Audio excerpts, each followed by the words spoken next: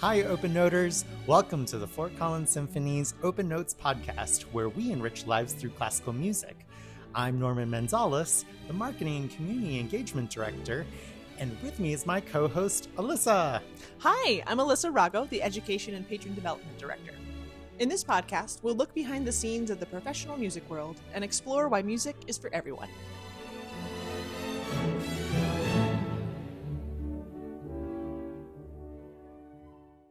Now, if you've peered your eyes to the back of the orchestra, you'll see all these shiny brass instruments. Well, one of those in particular may stand out the most.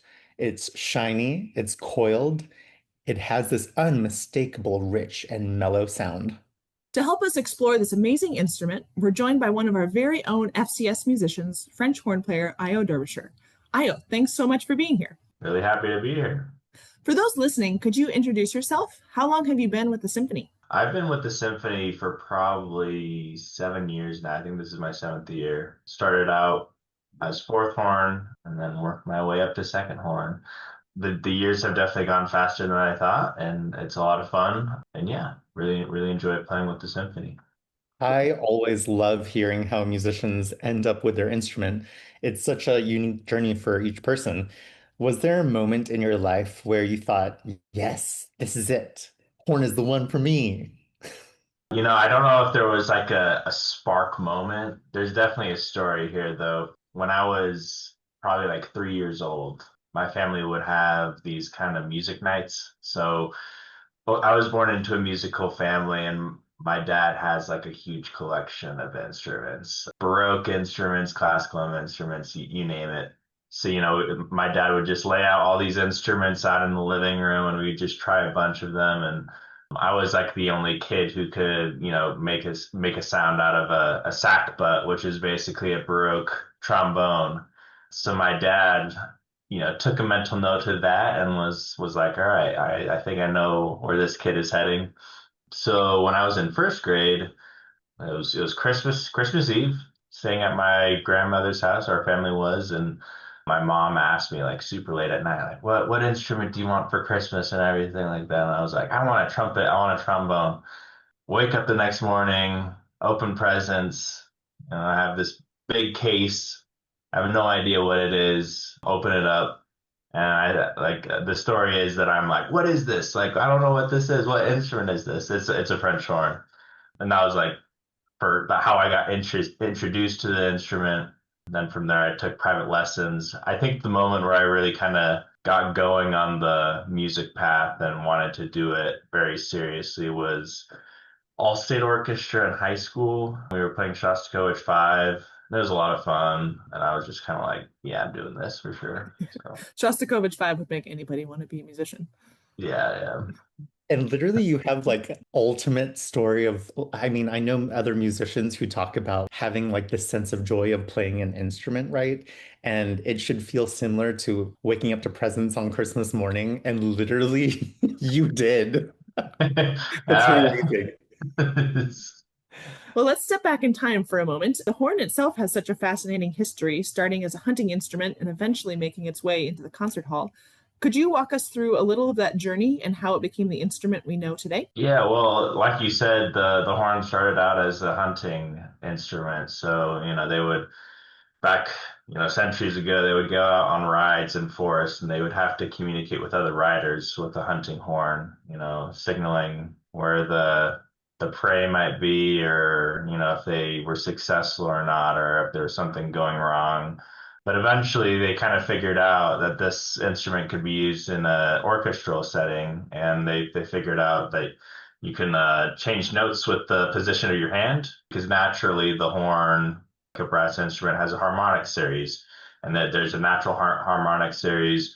If you don't have anything to really change the notes with, such as with your hand, you're just playing that set given, like the given set of notes that you have to play with.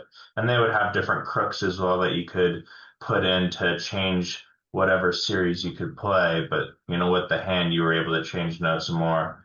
And then eventually valves came into play. So that really was a big game changer for horns to, even play more complex stuff in the repertoire for sure. We have valves that we press down with our left hand. You are changing notes, like you are producing the sound at the end of the day with your lips. So it's the combination that makes it work. So So the horn is sometimes called one of the hardest instruments in the orchestra, and probably because of that combination of elements you were just talking about, all the tiny adjustments in your lips and all the pitch changes that you have to make. Did you ever feel discouraged while learning, and what kept you going? yeah, I mean, it's a really challenging instrument for sure. Yeah, I think everybody who plays horn gets discouraged, and that's like the thing that you kind of like settles you down a little bit because it's like, okay, everybody's going through this, so it's not really a big deal. But especially when you're kind of like you're playing at a more higher level when you're going through youth orchestra in high school, there's still so much more to get better at. That can be discouraging for sure, especially when you're listening to recordings and it's like, whoa, this is nuts. How do they do this? But it's just a process, really, I think, and patience is key for sure. Let's just go backstage for a minute, Io. What do you always keep in your horn bag for rehearsals or concerts? Are there any must-haves that you can't live without? I think I'll probably be boring here. I always have a water bottle with me. That's pretty Yeah, important. Stay boring. hydrated, and you're playing Same. a wind instrument as well, so that I also sometimes will have chapstick. I'm a Colorado native, so I'm honestly pretty used to the dry weather. I know earlier in my career I would really struggle with the dryness of my lips to be able to play and stuff, but nowadays I feel like it feels quite normal to me, so I don't even necessarily use chapstick that much anymore, but it's definitely nice to have. So Well, I also know that like not drink, at least for myself, like not drinking coffee definitely helps like my chops, my lips from drying out. So are you a yeah. big coffee drinker? Yeah, I don't drink coffee. I don't really drink a whole lot of caffeine. I kind of just I don't know what it is. Like I think it tastes fine, and I see why people drink coffee and caffeine every morning. But for me, I think there's kind of like this hesitancy to rely on it. Say I were to show up in an audition and I didn't have my morning coffee, like that would probably really mess with me a lot. So I don't like to have a whole reliance on that, and somehow I get by without caffeine, I suppose. How about your routine before you go on stage? Do you have any pre-concert rituals or habits that help you get in the zone? For me, when I perform, I want to be like I want to be excited. I want to be hyped up. Like everyone, I want to have a good time. Like I think that's like you got to realize that that's why you're performing really. And especially when you're performing a big piece, you have like big solos, maybe you're doing a concerto or something. That's my main focus in that situation, especially because like it can be really stressful and nerve-wracking to do that kind of stuff. But to me, like you want to lean into the adrenaline and the excitement of it and all. I think sometimes like growing up and stuff when I would be really nervous, I'd try to be like really try to like push myself down, like push down the nerves and like, I don't know, reject everything that's happening around me, I suppose, but that just, generally spirals. So just getting into a headspace where I'm excited, I'm ready to go and play the music to the best of my ability. Well, I know Io for a fact that when we were doing our last Nutcracker run, after doing so many performances, on the flip side, trying to stay excited after you've played like 8 Nutcrackers already, I thought it was really fun actually backstage when we started playing Mario Kart on the Nintendo Switch. I was just like, I've never done this before, but like it definitely puts you in a really good mood. So Yeah. It's a good change of pace. Sometimes you need that just to, get your thoughts going elsewhere, but then you're back to the music not too long after. So absolutely. So, in addition to playing with the Fort Collins Symphony, you're also a really active freelancer in Northern Colorado. What does a quote unquote typical week look like for you? it can really vary. In a normal, week, such as with the Fort Collins Symphony, you'll have 3 or 4 rehearsals during the week and then the show on a Saturday.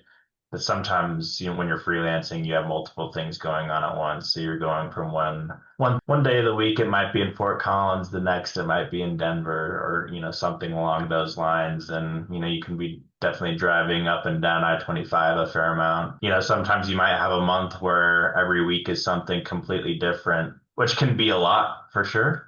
It can be a lot to handle, but when you're playing good music, it's 100% worth it. Well, every musician has those performances that really stick with them.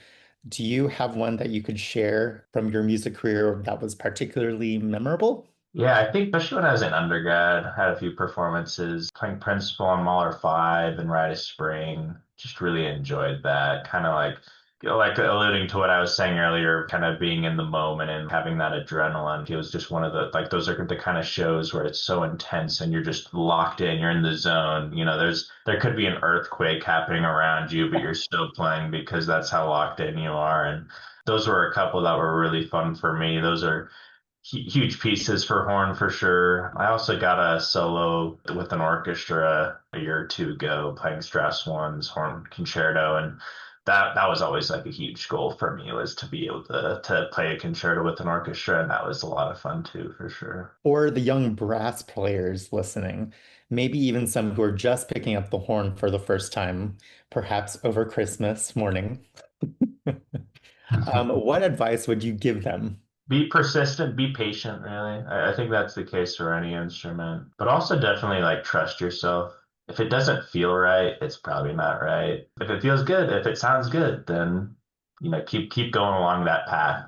I think it's really easy to like overanalyze really any aspect of your playing, and of course trust your teacher, but trust yourself for sure. What's something people might misunderstand about being a professional horn player? Again, kind of similar to any other musician, people sometimes don't realize how much work it takes to get to a professional level of playing. It's a lot of hours, a lot of years going into it, and then of course to maintain it, it's still a lot of work. Sometimes it can be seen as like, oh, like you're a musician, it's like a hobby, it's for fun and stuff. It's like, no, no, like we take it very seriously, and I think some people would be surprised to see, how much effort is put in, is like behind the scenes to play the instrument. So Right. I would love that image of like the iceberg where you literally just see the tip and that's like the performance as a professional musician. But like underneath it, it's just massive. And there's just so much, as Io, you're saying, that goes into it. Like the amount of time that you spend in the practice room, the amount of time like in lessons and everything leading up to the performance and those rehearsals too. I feel like, especially when you don't have as many rehearsals, right? The pressure is on to be able to like hit the notes and hit the right rhythms and be able to play together. So before we wrap up, Io, I've got a few rapid fire questions for you. So just say the first thing that comes to mind. Okay? You uh, ready? All right. So favorite piece to play on the horn. I'll just say Mahler. If you weren't a musician, what would you be doing? For sure, playing professional soccer for my favorite team in England, which is Arsenal. Awesome. How about best snack during rehearsal break? Cheese and crackers for sure. And your favorite brass joke? I don't know if I have a joke, but what's not a joke is that horn is by far the best instrument in the brass. Io, thank you so much for joining us today and sharing your horn wisdom. Yeah, of course. Thanks for having me. It was so great to get an inside look at your life and the French horn in general. Keep an eye out for future episodes as we explore more corners of the orchestra. We'll see you at the symphony. Thanks for tuning in to the Open Notes podcast. We appreciate your support for the arts. We'd love to know what you want to know, so send your questions and suggestions to podcast@fcsymphony.org. For more information on the Fort Collins Symphony, visit our website at fcsymphony.org. We can't wait to hear from you. Until next time. Bye.